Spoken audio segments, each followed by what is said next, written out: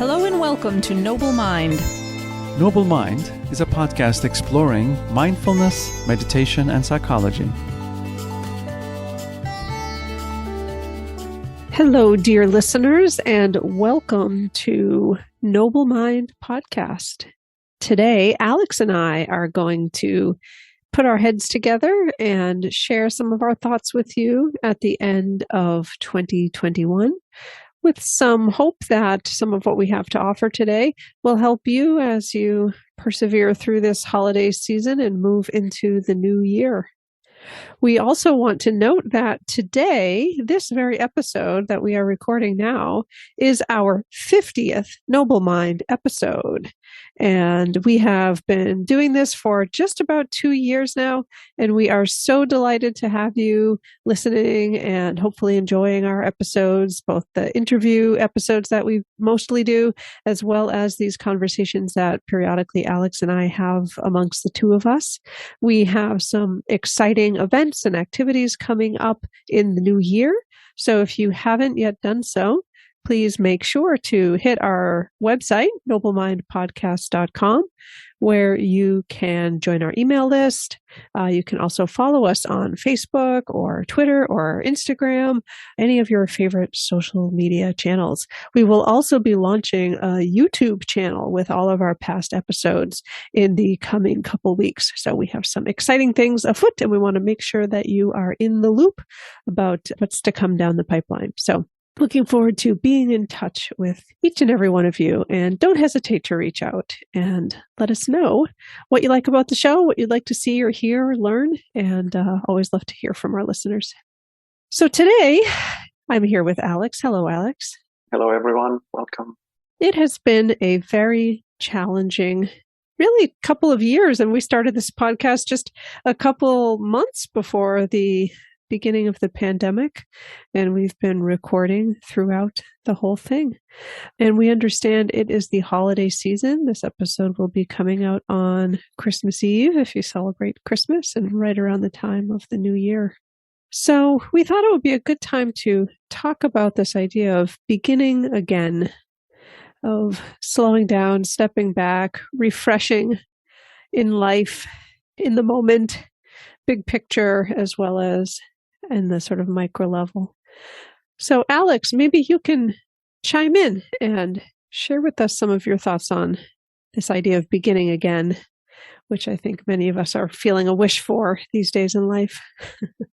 I have been impressed with how various meditation practices teach, in addition to all the other things that we typically think about. So when we meditate, we are practicing setting an intention, see that intention go off track, noticing when things go off track, forgiving ourselves and soothing ourselves for the pain of things going off track, and then beginning again with our intention, returning to our intention. So there's also letting go in there. Somewhere in there. I love that. What you just described is like I don't know how many steps that was, but it all happens so quickly, when you're meditating, that it's easy to take it for granted when it's going well, and hard to know what's breaking down if you're having difficulties.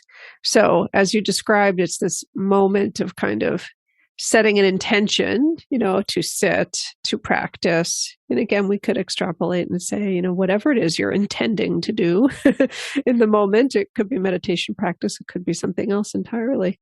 And as often happens is we have one intention, but then we go off track. So there's that going off track, the noticing, coming back, sort of forgiving ourselves, maybe offering kindness or compassion to ourselves, remembering that this is life. Life is about setting intentions, getting waylaid, noticing, and then adjusting course with kindness, hopefully for ourselves, and then coming back to the starting line to begin fresh again. It's deceptively simple because we're practicing all these actions all these mental actions. And of course, it's like practicing at a gym. Like every time we return to the breath, we have another rep, which corresponds to real life abilities, abilities for intentionality, abilities for stick-to-itiveness, persistence, for forgiveness. So very consequential. It's very easy to think, well, why should I meditate, or what's the benefit of meditation? I know I've said this in a past episode, another conversation we had, that I don't always feel a difference in the moment I get up from meditation. I don't feel like, yay, I feel better now immediately after practice on any one day.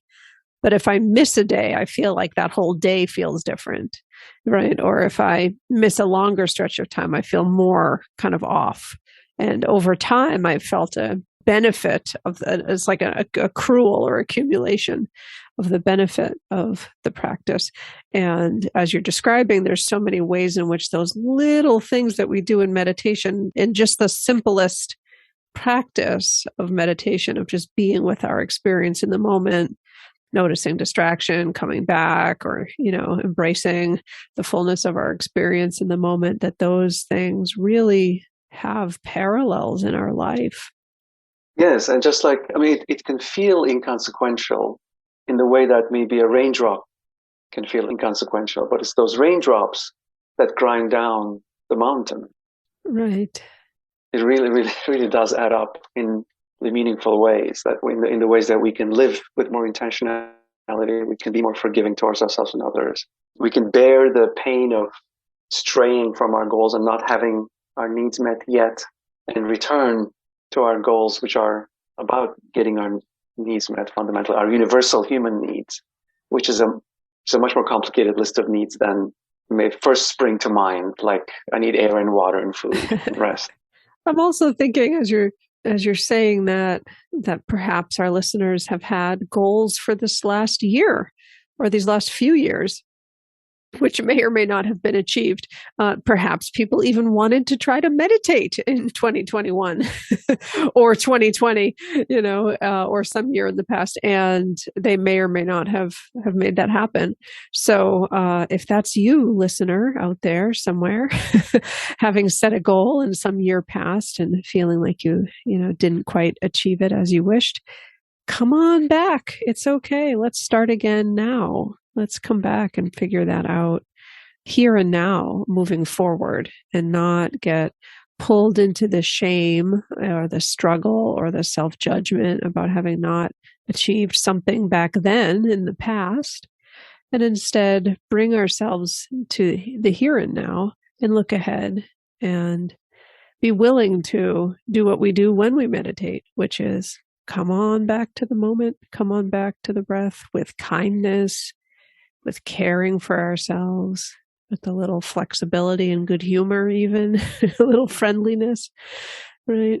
And see if we can begin something new and fresh now. And as you were starting to say, Alex, that, when we set these goals, whether it's meditation or whatever it might be, there's something underlying that, right? We think we set this goal to meditate or whatever it might be because it's going to achieve a need or fulfill a need. So it's useful maybe to step back, and whether meditation was a past goal or there's other goals you haven't achieved, to think about, well, what need was I trying to meet by setting that goal? What was I hoping would happen if I started to meditate or whatever it might be? And spend some time really tuning in at the need level, right? What was maybe I was thinking like I needed more peace in my life, or maybe I felt like I needed a little more time alone, or all the many things that bring people to meditation practice. But spending some time reflecting on what the needs are. I think, Alex, you could say a little more about this, maybe this idea of needs and strategies from nonviolent communication. So both feelings of happiness and feelings of unhappiness are messengers about our underlying universal human needs. They're either telling us that these needs are getting met when we feel happy, satisfied, or that they're not getting met when we're unhappy. Rumi, in his poem, The Guest House, calls them messengers from beyond our awareness. And I particularly like the nonviolent communications list of universal human needs. And those things include choice, clarity, beauty. So I think the happiness that we feel in connection, or unhappiness we feel in connection with the holidays, actually can be traced back to the needs that are getting met and not getting met. And we can have different strategies for getting those needs. So this, for instance, adventure is a universal human need, but there are multiple ways to meet that need, or inclusion is a human need. So there are multiple ways of fulfilling that need, and then we'll feel peaceful and happy. So the multiple ways of fulfilling those needs would be the strategies that you use, right? So the thing you do, right, would be considered the strategy. And then Right. the need underlying that could be a bunch of different things. So you might feel a need for, let's say, peace, right? And you might go for a walk in nature. You might meditate. You might listen to music. You might read a book. There's 100 things that a person could do that might give them a sense of peace. So those are the strategies. And then that sort of underlying need is the need for peace. And I think this is really important right now because with all the changes in our lives with the pandemic, all of the ways in which we used to be able to meet our needs are often not as accessible now. People are adapting their lives and having to work from home or, do things different than their usual routines, change their routines. People are dealing with sickness in their lives, plus just the holidays. Sometimes the holidays are a very difficult time, a lonely time. And even when they're busy and you have a lot of people in your life, there's challenges then too. So thinking about when I'm feeling these challenges, whether it's holiday season, pandemic, life, let me tune into the need level. What are the needs being fulfilled or not fulfilled? What's the sort of emptiness that I'm feeling maybe, and how can I try to fulfill that need somehow? And it really helps greatly to be able to bring tender compassion to ourselves when we feel this disquiet unhappiness of a need not getting met.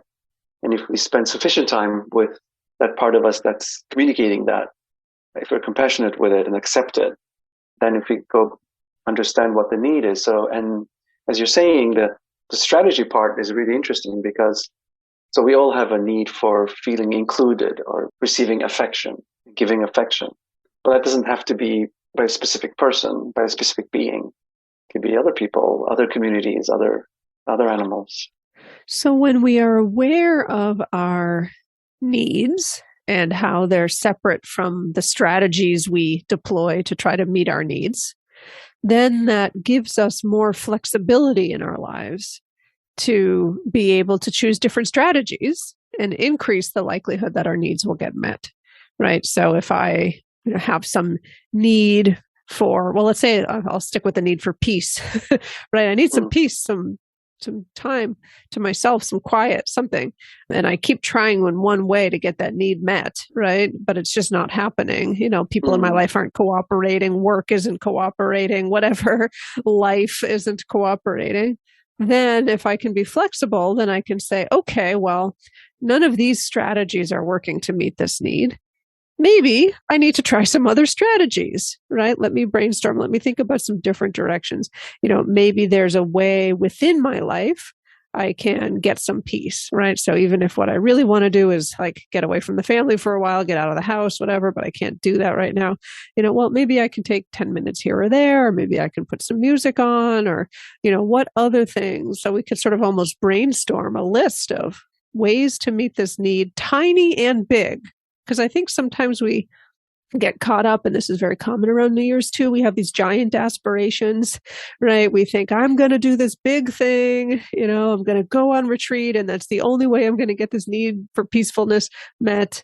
But the reality is that we can oftentimes, in very small ways, even in the midst of a very busy life, get our needs met in some small way, right? So maybe it's just counting to 10, sitting in the car before you go into work, or before you go into the house at the end of the day, just giving yourself like 1 minute to sit and rest quietly and stabilize and steady your mind.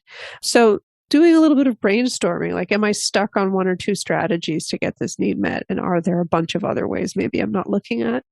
Another example that comes to mind is connection. We need, some way of connecting to other people.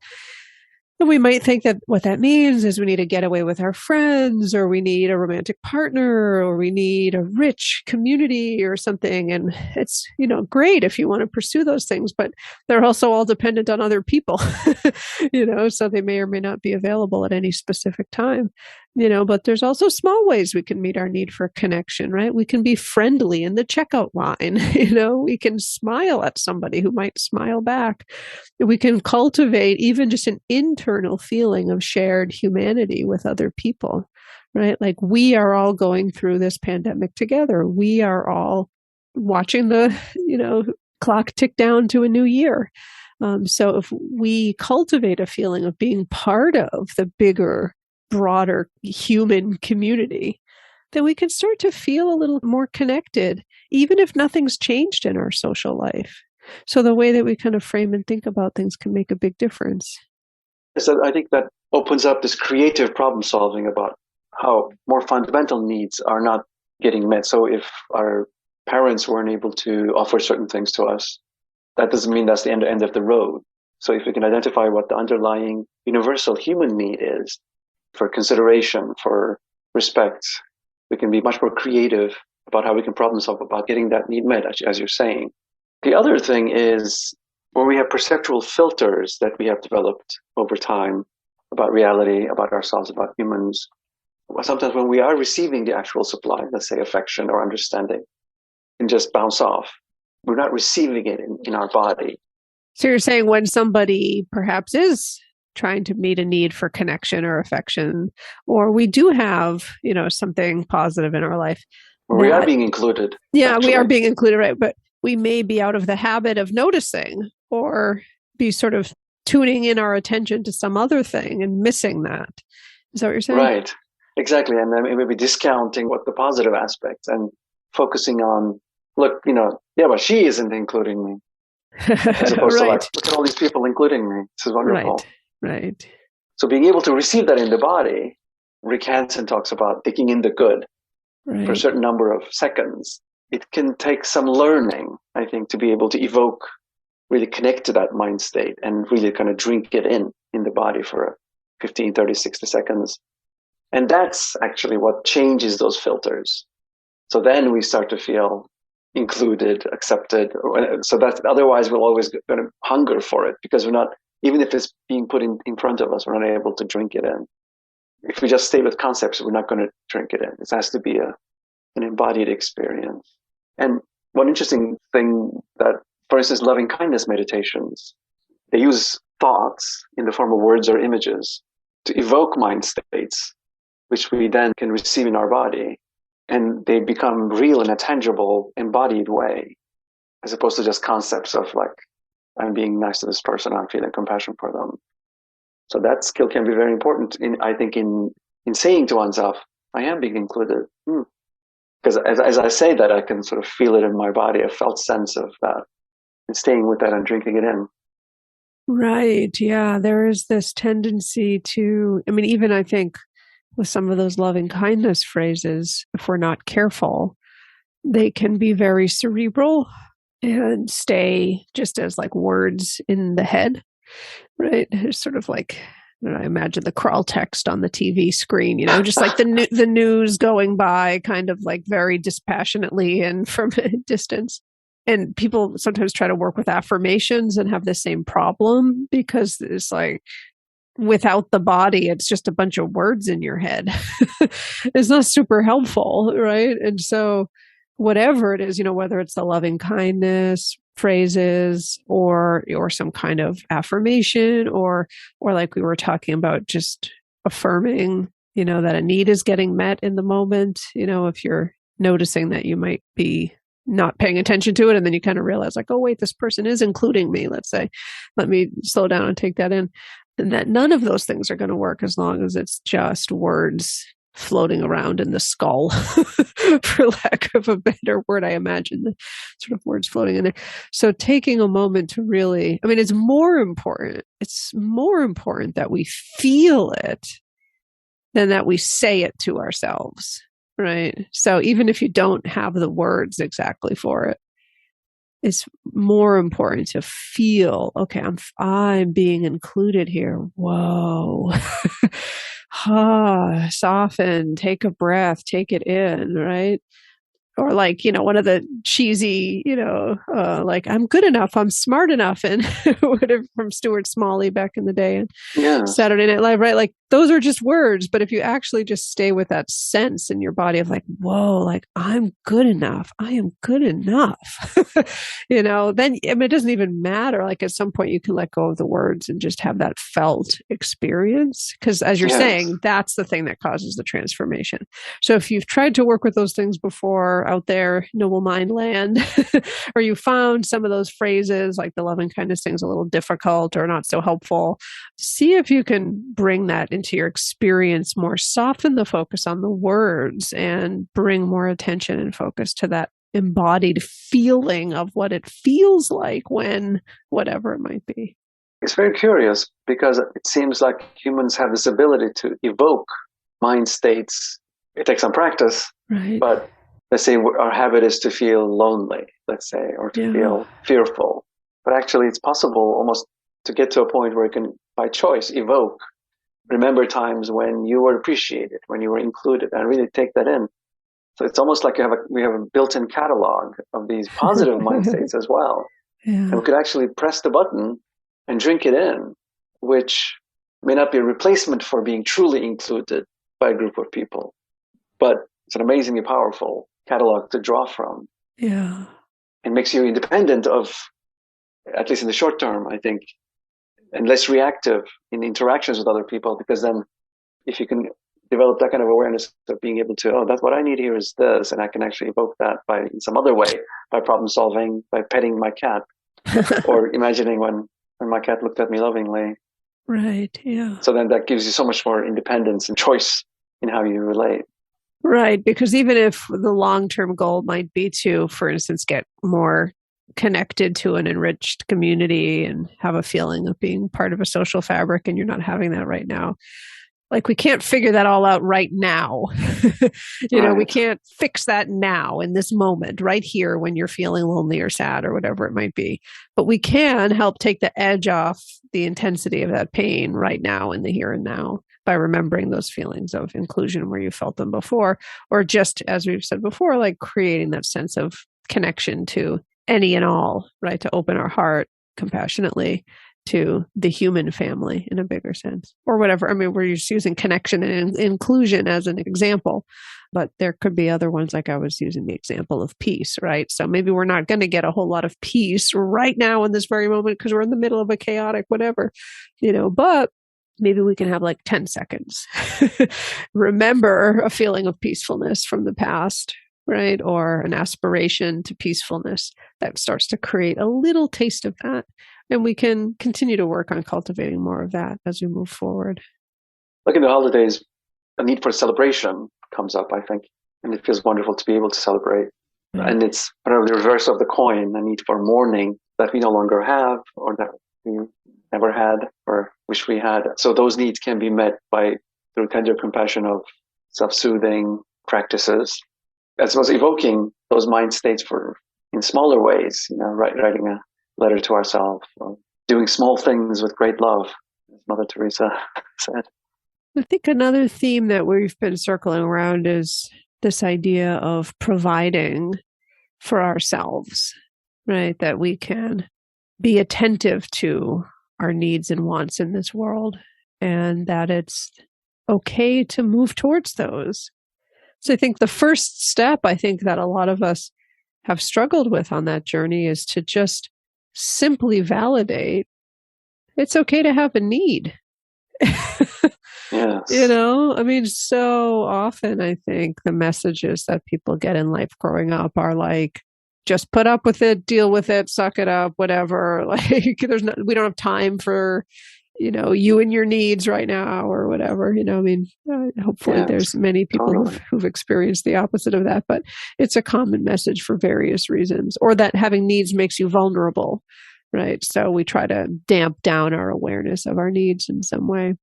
So to just even start the journey with, hey, maybe it's okay to have needs. Like, let's just be with that thought. Yeah. Right. Or as we were saying before, feel that thought in our body. Maybe it's okay to have needs or wants if needs feels like too high stakes.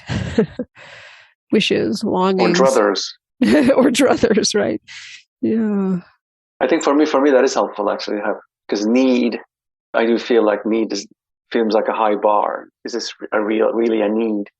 Right. So having a list of universal needs certainly helps me with that. But also, I just feel like doing it may not be a need, but that allows the little impulse to be honored. Yeah, right. Like maybe just it would be nice if ... Maybe that's a good starting place. Yeah. I would enjoy. Yeah, right. What would be enjoyable? Yeah. Just have to really, again, this will be different for different people, but I think a lot of us need to just stay with that for a moment and create that space where even the awareness of our needs can start to peek out, right? Because if we've had that kind of an experience in life, then all those needs and wants or wishes or druthers, they're all sort of hiding under the furniture. They're like tucked behind things out of your awareness. And like, they're like, come out when the lights go off or something. I don't know. They're sort of skittering around the edges. So if we slow down and say, oh, maybe it's okay that they're there, then they'll start to maybe peek their little heads out and let you know what's there. Oh, maybe it is connection. Maybe it is peace. Maybe it is whatever.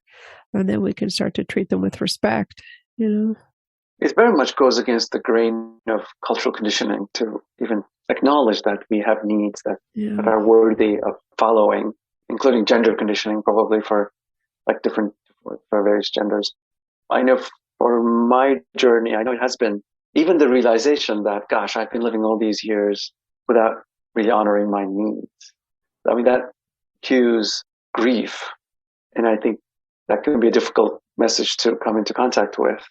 And what I found that in mindful self-compassion practice, is repeatedly returning to that idea that what do I need in a kind way and soothing one's hurt feelings about all the times we haven't gotten our needs met. If as a listener, as an individual, you feel, yeah, but I've tried, I can't figure it out. So a structure that can hold you, such as a community or a practice path that can help you to return repeatedly to this question, awareness of your needs over time, drop by drop, that stone will erode. Yeah. Yeah, I'm thinking even that first step of having that awareness of your needs and wants and wishes and druthers. What comes up along with that might be awareness of not getting them met. And then like, well, great, now I'm aware of my needs and they're unmet. So now I'm suffering more.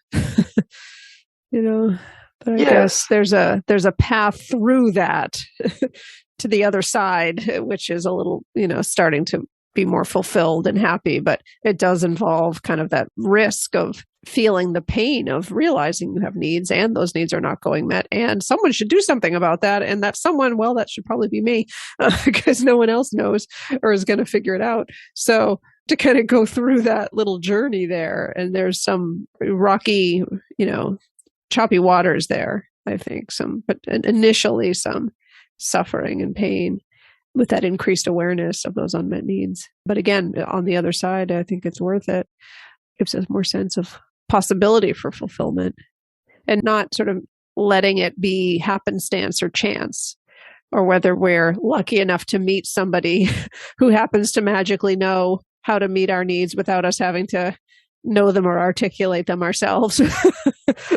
Whatever, So I think the probability goes up quite a bit that we'll end up being more satisfied in the long term if we're willing to feel a little bit of that short-term discomfort of our needs not being met. Oh, and by the way, once your needs are met, it's much easier to meet other people's needs too. So that's the other thing.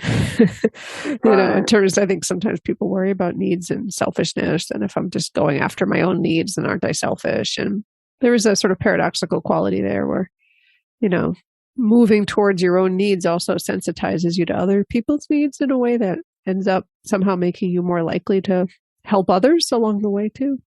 I don't know. What do you experience with that? Yes, very much so. In fact, a recent realization I've had was, I think I was following a guided meditation about a loving kindness to oneself.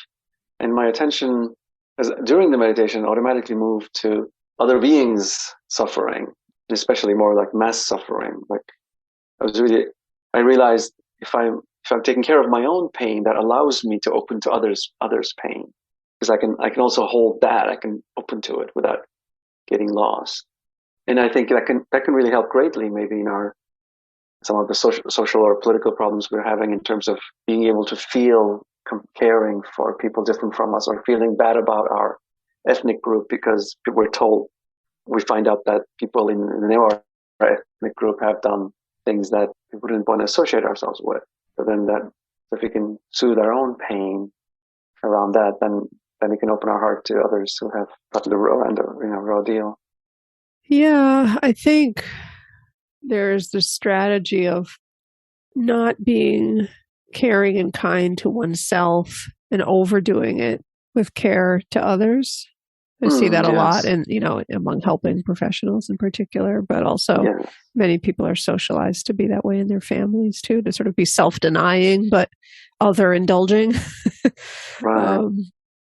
And I think in the long term, that doesn't play out well. We may think like, oh, we're being selfless in this very good way, but there's something about being attentive to one's own needs. I'm not saying indulgent, but just attentive, like appropriately attentive to one's own needs. Not, people are afraid of being indulgent or narcissistic or, selfish, God forbid. And I'm not talking about that end of the spectrum. I'm talking about just appropriate attentiveness to oneself and one's needs. As you're saying, like doing that makes us actually better at paying attention to other people's needs. It's almost like it opens the door, as you described in your practice, that then other people's experiences can come in more deeply, because I don't know, chances are, this is just from some of my experiences, that if I'm self-denying and yet I'm, quote, over-giving to others, there's probably some way that I'm missing the mark in what I'm giving. Probably missing something because I'm coming from kind of an unsatisfied or diminished place in some way because of my own unfulfilled longings or my own lack of consideration for myself. I don't know, something opens up more that makes it easier to be there for others, I think. Because developing that intimacy and sensitivity to the nuances of one's own experiences, feelings, needs, gives you a much high-res picture of what a human being actually would need. Right. Yeah, right. So the more intimately I know myself, the more intimately I know humanity. It's reminding me of our conversation with Charlotte Rotterdam, who was talking about getting to know your corner of the ocean. And the other idea I've come across recently was that sort of like we have a responsibility to take care of our own equipment. I like that. Yes. If we're going to help people ferry them to the other shore, our equipment has to be in good shape. If we're completely denying what's going on with our car, we won't be able to deliver anything. At some point, it's just going to break down. Absolutely, yeah. Or at least we have to have enough understanding of what it is more essential for me to keep functioning. Yes, absolutely. Yeah.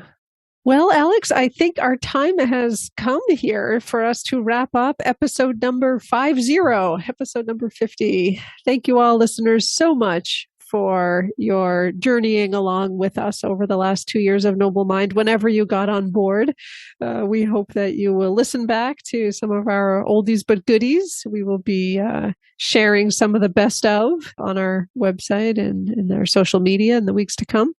And do be in touch. And as I said at the beginning, don't forget to follow us on Facebook, Twitter, or Instagram. Check out our YouTube channel and hop on our email list so you can hear about events coming up very soon, led by myself and Alex.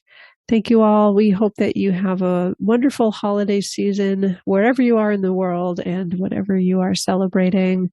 We are here thinking of you and appreciating your presence, and look forward to our next episode, which will be in 2022, a fresh start and beginning again for us as well.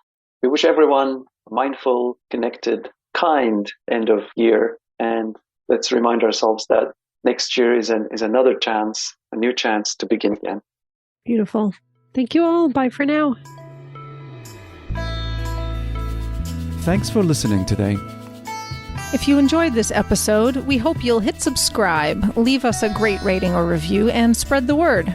You can also go to noblemindpodcast.com to join our email list.